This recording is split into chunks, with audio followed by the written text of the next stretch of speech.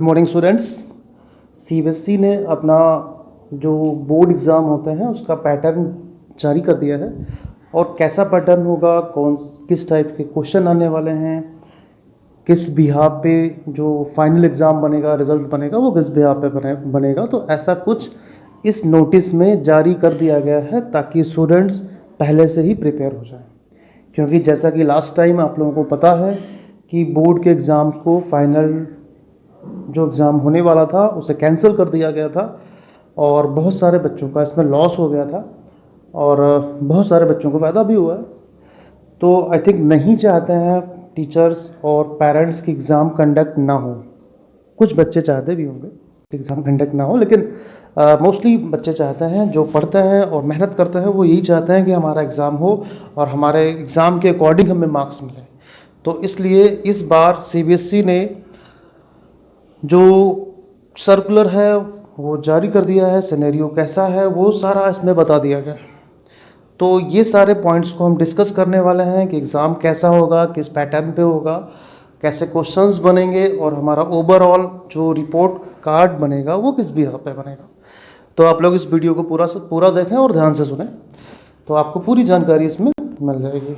जैसे कि इसमें दिखाया गया है, A pandemic session to be divided into two terms with approximately 50% syllabus in each term। सबसे पहले तो ये बताया गया है कि जो सेशन है, सेशन को दो टर्म में डिवाइड कर दिया गया है, first term and second term. कह सकते हैं कि दो सेशन इसके जो होंगे सेमेस्टर वाइज, दो semester, first semester and second semester, जिसमें 50% फर्स्ट टर्म में एंड 50% सेकेंड टर्म में सिलेबस आने वाला है। तो अगर आप इसमें देखें तो फर्स्ट टर्म में जो सिलेबस होने वाला है वो कौन सा सिलेबस, अब 50% किसका सिलेबस होगा ये भी हमें इसमें जानना है। तो अगर आप नीचे जाकर देखें तो इसमें एक चीज़ लाइन बहुत अच्छे से इंडिकेट किया गया है, the syllabus of the board examination 21-22 will be rationalised similar to that the last pandemic session to be noticed in July 21। यानी जो लास्ट सेशन हुआ था जिसमें जो सिलेबस था उसको 30% रिड्यूस किया गया था, यानी रिड्यूस सिलेबस का, यानी 70% का हाफ फर्स्ट टर्म में एंड हाफ सेकेंड टर्म में। इस चीज़ को आप फिर से समझिएगा कि यानी जो रिड्यूस सिलेबस लास्ट टाइम हुआ था वो सिलेबस इस बार भी रहेगा। उस सिलेबस को 50-50 पार्ट में डिवाइड कर दिया गया है, यानी दो टर्म में डिवाइड कर दिया गया है, first term and second term. तो ये सारी चीज़ें जो है इस बार पहले से क्लियर कर दी गई हैं ताकि स्टूडेंट्स पहले से अवेयर रहे, फर्स्ट टर्म और सेकेंड टर्म दोनों को सीरियसली ले। और जो इंटरनल असिस्टमेंट होते हैं, सबसे इम्पोर्टेंट चीज़, जो इंटरनल असिस्टमेंट होते हैं, स्टूडेंट्स उनको सीरियस नहीं लेते हैं और वो सिर्फ बोर्ड एग्ज़ाम का वेट करते हैं कि फाइनल जो बोर्ड एग्ज़ाम होगा उसकी हम तैयारी कर रहे हैं। बाकी जो स्कूल में इंटरनल असिस्टमेंट, प्रैक्टिकल या प्रोजेक्ट वर्क्स होते हैं उनको बहुत ज़्यादा इंपॉर्टेंस नहीं देते हैं। तो ये बहुत बड़ी गलती करते हैं अगर जो स्टूडेंट्स को इंपॉर्टेंस नहीं देते हैं। आई थिंक उनको शुरुआत से सारे जितने भी प्रैक्टिकल्स, इंटरनल असिस्टमेंट या वर्क, प्रोजेक्ट वर्क दिए जाते हैं, यानी क्लास वर्क जो भी होते हैं, यूनिट टेस्ट, प्री बोर्ड, ये सारे बहुत ही केयरफुली सारे देने चाहिए। सब में अपीयरेंस अच्छी होनी चाहिए क्योंकि इन्हीं के बिहाफ पे रिजल्ट आपका बनने वाला है। तो इस चीज़ को ध्यान से दें, ध्यान से समझें और सारे जितने भी इंटरनल असेसमेंट होने वाले हैं उनको अच्छे से दें। फ़ायदा ये रहता है क्योंकि कभी कभी क्या होता है, इनमें कंडीशंस दी हुई हैं, अगर आप आगे देखेंगे तो उन्होंने सारी कंडीशंस को दे दिया है कि अगर कंडीशन ऐसी रहती है, यानी बहुत ज़्यादा पेंडेमिक होता है, एग्ज़ाम नहीं हो पाते हैं, तो किस बिहाफ पे आपका रिजल्ट बनेगा। ये हम सारी चीज़ें इसमें आपको बताने वाले हैं, तो आप इसको देखते रहें। जैसे कि यहाँ पे इस लाइन को क्लियरली इंडिकेट किया गया है, as per guideline the modernisation policy to be announced by the board to ensure fair distribution of marks in the behalf of effort will be made to make internal assessment, practicals, project works. यानी इनको जो है एक तरीके से priority दी जाएगी, यानी इनके बिहाफ पे जो मार्किंग स्केल होगी वो इनके बिहाफ पे बनाई जाएगी। बाकी आपको पता होगा कि इंटरनल असिस्टमेंट में क्या क्या रहता है, जैसे 9-10 का दिया हुआ डिटेल्स, प्री बोर्ड्स, प्री या फिर जो है यूनिट टेस्ट, पीरियोडिक टेस्ट उसमें कंसीडर्स होते हैं, और यही सेम पैटर्न रहता है 12th एंड फर्स्ट ईयर में। तो ये जानकारी आपको होगी पहले से ही कि कौन कौन से एग्ज़ाम आपके स्कूल में कंडक्ट होते हैं। जो भी exam internal, first term, second term या PT1, PT2 जो भी होते हैं, उनको आप बहुत ही अच्छे से दें, ताकि आने वाले टाइम पे आपका रिजल्ट उनके बिहाफ पे अगर बनता है तो वो आपका बहुत अच्छा बने। सबसे इम्पोर्टेंट डिस्कशन आपके लिए कि जो दोनों टर्म बने हुए हैं वो किस पैटर्न पे होंगे और कैसे होंगे और कितने टाइम के होंगे, ये इसमें सारा बताया गया है। जैसे कि देखो लिखा हुआ है, at the end of first term the board will organise term 1 examination in the flexible schedule to be conducted between the November and December. यानी जो आपका फर्स्ट टर्म का एग्ज़ाम होने वाला है वो नवंबर दिसंबर में होगा। और फर्स्ट टर्म में जो आपके क्वेश्चंस पूछे जाएंगे वो देखें, the question paper will have multiple choice, यानी MCQs क्वेश्चन हो गए, इंक्लूडिंग केस स्टडी, यानी case based question means case study type के क्वेश्चन, जैसे कि पैराग्राफ, देन उसके बाद उसमें क्वेश्चंस पूछे जाते हैं तो वो केस स्टडी बोले जाते हैं, यानी केस क्वेश्चंस बोले जाते हैं। और जो रीजन असर्शंस हो गए, यानी रीजन असर्शन टाइप के क्वेश्चन भी MCQ में ही आते हैं। यानी जो फर्स्ट टर्म आपका होगा वो टोटली जो है ऑब्जेक्टिव यानी MCQ बेस्ड पे होगा, क्योंकि 90 मिनट्स का होगा, यानी 1.5 घंटे का आपका एग्ज़ाम कंडक्ट किया जाएगा। अब अगर बात करते हैं सेकेंड टर्म की, तो उसमें हम देखते हैं कि सेकेंड टर्म में कि 50% सिलेबस तो आपका फर्स्ट टर्म में आ गया, जो रिमेनिंग 50% होगा वो आपका सेकेंड टर्म में आएगा। नाउ सेकेंड टर्म में अगर आप देखें तो सेकेंड टर्म का जो एंड सेशन होगा, यानी लास्ट सेशन में, जो कि अप्रैल और मार्च में एंड होता है, तो इसका जो होगा एग्जामिनेशन अप्रैल और मार्च में, जैसे कि बोर्ड एग्जाम्स होते हैं, the examination would be held around March and April 2022 at the examination centres fix by the board, यानी जैसे कि एग्जाम सेंटर्स फिक्स किए जाते हैं उसके अकॉर्डिंग ही होगा। और ये पूरी तरीके से पेपर आपका डिस्क्रिप्टिव होने वाला है, मीन्स ये 2 घंटे का होगा और इसमें सारे टाइप के क्वेश्चंस आएंगे, जैसे कि केस स्टडी, यानी जो फॉर्मेट बनेगा पेपर का, case study, situation based question, open ended short answers and long answer type question, यानी जैसे कि आपका डिस्क्रिप्टिव होता है उस बेस पे आपका पूरा पेपर सेकेंड टर्म का तैयार किया जाएगा। अब मार्क्स जो बनते हैं ओवरऑल मार्क्स, यानी अब आपके दिमाग में ये होगा कि फर्स्ट टर्म में और सेकेंड टर्म में मार्क्स किसके जुड़ेंगे, तो दोनों के बराबर मार्क्स को जोड़ा जाएगा। Marks of the first second term examination would distribute to the final overall score, यानी दोनों का, फर्स्ट टर्म और सेकेंड टर्म दोनों का लिया जाएगा। लेकिन एक चीज़ आपके दिमाग में फिर से आप इसको इंडिकेट कर लें, ये फर्स्ट पॉइंट इसका, at the end of the session term the board would organise term second या ईयरली, जिसको एग्जामिनेशन बोलते हैं, based on the rationalise syllabus of term 2 only. ये पॉइंट आपके लिए बहुत इंपॉर्टेंट है, इसको आप ध्यान दीजिएगा। यानी जो सेकेंड टर्म का सिलेबस होगा उसमें सिर्फ सेकेंड टर्म के ही क्वेश्चंस, यानी सेकेंड टर्म का जो सिलेबस होगा उसी से ही क्वेश्चन पूछे जाएंगे। इसमें आपका फर्स्ट टर्म के क्वेश्चंस नहीं आएंगे।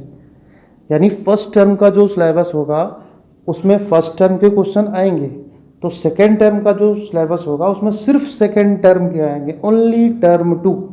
फर्स्ट टर्म से इसमें कोई मतलब नहीं होगा। ये आपके लिए बहुत इजी होने वाला है, आप इसको अच्छे से कंडक्ट कर सकते हैं। चलिए, अब कुछ कंडीशंस हैं, क्योंकि ये तो सिर्फ एक नोटिस जारी की गई है और इस नोटिस में कभी किसी को नहीं पता कि आने वाले टाइम पे क्या हो सकता है। पेंडेमिक और भी ज़्यादा डेंजरस हो सकती हैं या कंडीशंस अच्छी हो सकती हैं। इस बिहाफ पे नोटिस जारी की गई है, तो वो नोटिस क्या जारी की गई है वो आपको हम इसमें डिटेल में डिस्कस करते हैं।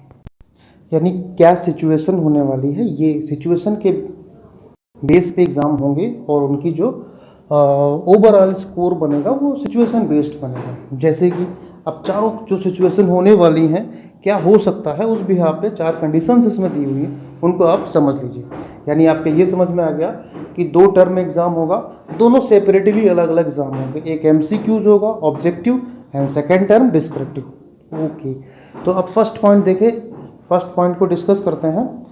In case the situation of the pandemic improve and the students are able to to school और सेंटर्स फॉर टेकिंग एग्जाम, यानी सिचुएशन अच्छी होती है, यानी नवंबर दिसंबर में सिचुएशन अच्छी रहती है और जो मार्च अप्रैल में सिचुएशन अच्छी है तो उस बिहार पे दोनों एग्ज़ाम कंडक्ट होंगे जैसा कि बोर्ड सीबीएसई बोर्ड एग्ज़ाम कराना चाहेगा। तो उसमें जो फाइनल एग्ज़ाम बनेगा, यानी फाइनल आपका जो मार्क्स होंगे वो ओवरऑल दोनों को जो फर्स्ट टर्म और सेकेंड टर्म के मार्क्स होंगे दोनों को कैलकुलेट करके आपके मार्किंग कर दी जाएगी, फर्स्ट कंडीशन।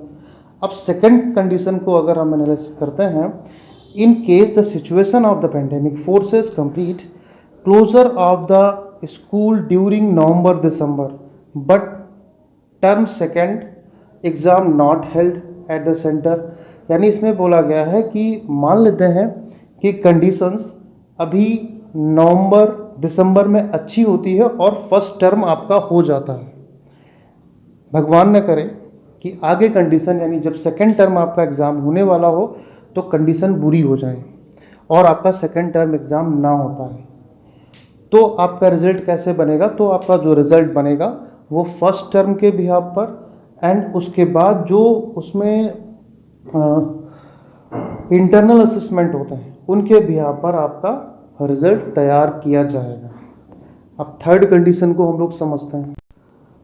थोड़ा सा इसमें कन्फ्यूज़न हुआ है, अगर आप देखें थोड़ा सा मिस्टेक हो गई है, हमने फर्स्ट सी और बी में, यानी दोनों लगभग सेम है, अगर इसमें देखा जाए तो फिर से इसको डिस्कस करते हैं। In case the situation of a pandemic forces complete closure of school during the November December but the term second examination held, यानी जो है किसी भी कंडीशन में फर्स्ट टर्म एग्ज़ाम नहीं होता है, यानी पेंडेमिक कंडीशन में ही हो सकता है कि फर्स्ट टर्म एग्ज़ाम ना हो और सेकेंड टर्म के एग्ज़ाम होते हैं, यानी फर्स्ट टर्म आप लोग घर पे रह के एग्ज़ाम देते हैं और सेकेंड टर्म आप स्कूल आकर एग्ज़ाम, जो बोर्ड सेंटर डिसाइड करता है उसमें आप एग्ज़ाम देते हैं।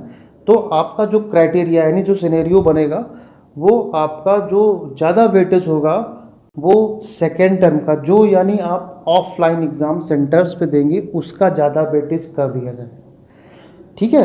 फर्स्ट टर्म का वेटेज कम कर दिया जाए क्योंकि आप लोग एग्ज़ाम घर पे देते हैं, जो एग्ज़ाम घर पे देंगे वो तो आप जानते ही कि एग्ज़ाम कैसे होता है और जो एग्ज़ाम बोर्ड सेंटर्स पे होता है वो बहुत अच्छे से होता है।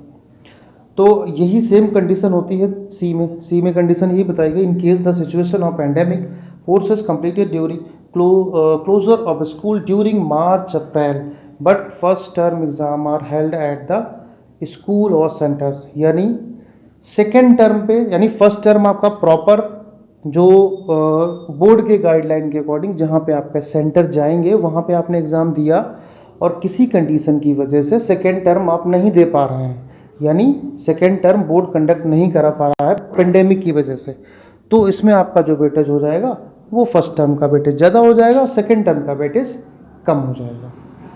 अब देखिए लास्ट कंडीशन क्या दी हुई है। लास्ट कंडीशन को अगर हम लोग देखें, इसमें लिखा हुआ in case the situation of pandemic forces complete closure of the school and board conducted term 1 and term 2 exam are taken by the candidate from home in the session 21-22, यानी अगर किसी वजह से किसी कंडीशन यानी पेंडेमिक की वजह से अगर स्टूडेंट दोनों exam first term and second term अपने घर से देता है यानी ऑनलाइन देता है तो उसमें क्या होगा, तो जो इनके फाइनल मार्क्स बनेंगे यानी फाइनल जो रिपोर्ट कार्ड इनका जारी होगा उसमें जो इनका रिपोर्ट कार्ड बच्चों का बनेगा ये आप लोगों का इंटरनल असेसमेंट बेस पे बनेगा, जो आपके इंटरनल असेसमेंट के एग्ज़ाम होने वाले हैं। क्लियर, ये बात आपको क्लियर हुई? यानी अगर आपके दोनों एग्ज़ाम कंसीडर नहीं होते हैं, दोनों एग्ज़ाम आपके ऑनलाइन या घर पर होते हैं, उसके बिहाफ पर और जो आपके इंटरनल असेसमेंट होंगे उनके बिहाफ पर आपका रिज़ल्ट को क्लियरली तैयार किया जाएगा। तो आई होप ये जानकारी आपको पूरी अच्छी तरीके से समझ में आई होगी और हमारा यही कहना है कि आप सारे टेस्ट जो यूनिट टेस्ट होते हैं, प्री बोर्ड्स होते हैं या जो भी आपको वर्क स्कूल से मिलता है, प्रैक्टिकल वर्क मिलता है या प्रोजेक्ट वर्क मिलता है, उसको आप अच्छे से तैयार करें क्योंकि वो सब चीज़ें आपकी डिसाइड करेंगी आपके रिजल्ट।